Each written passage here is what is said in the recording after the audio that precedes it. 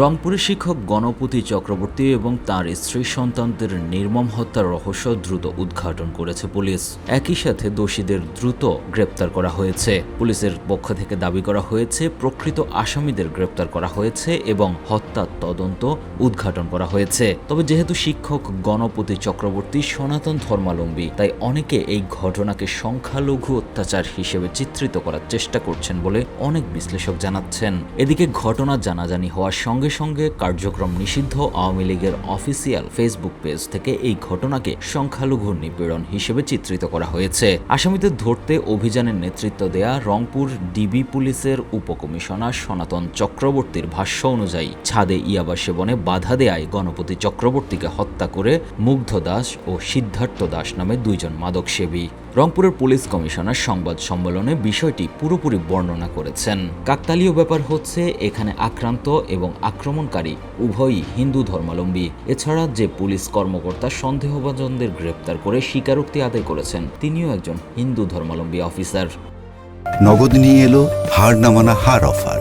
সর্বনিম্ন 10,000 টাকা রেমিটেন্স নগদে পাঠালে থাকছে স্বর্ণের হার জেতার সুযোগ। বিশ্লেষণে দেখা যাচ্ছে অনেকে এই ঘটনাকে ধর্মীয় সংখ্যালঘু নিপীড়ন হিসেবে ফ্রেমিং করতে চেষ্টা করছেন, অথচ বাংলাদেশের সামাজিক বাস্তবতায় এরকম ঘটনা অনেক ঘটতে দেখা যায়। যেমন গত 6 জুলাই নোয়াখালীতে বিএনপি নেতা ফারুক হত্যাকাণ্ড ঘটেছে মাদক সেবনে বাধা দেয়ায়। গত 17 জুলাই সিরাজগঞ্জের রায়গঞ্জ উপজেলায় মাদক সেবনে বাধা দেয়ায় 2 ভাইয়ের উপর হামলা করা হয়েছিল। ঘটনার 4 দিন পর চিকিৎসাধীন অবস্থায় একজনের মৃত্যু হয়েছিল। এছাড়া 2022 সালের 29 অক্টোবর টাঙ্গাইলে স্কুল মাঠে মাদক সেবন করতে মানা করায় স্বপন মিয়া নামে এক ব্যক্তিকে গলা কেটে হত্যা করা হয়। 2015 সালের 12 সেপ্টেম্বর কিশোরগঞ্জের শামীম নামে এক যুবককে পুড়িয়ে মারা হয় মাদক সেবনে বাধা দেওয়ার অভিযোগে।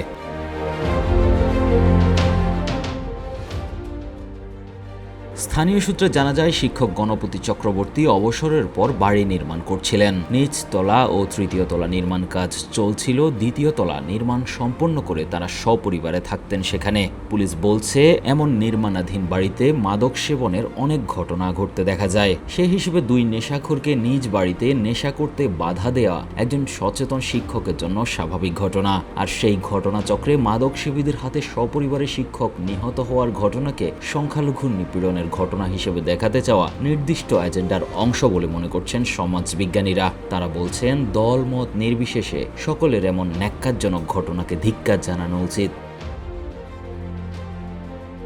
News desk, 21 television.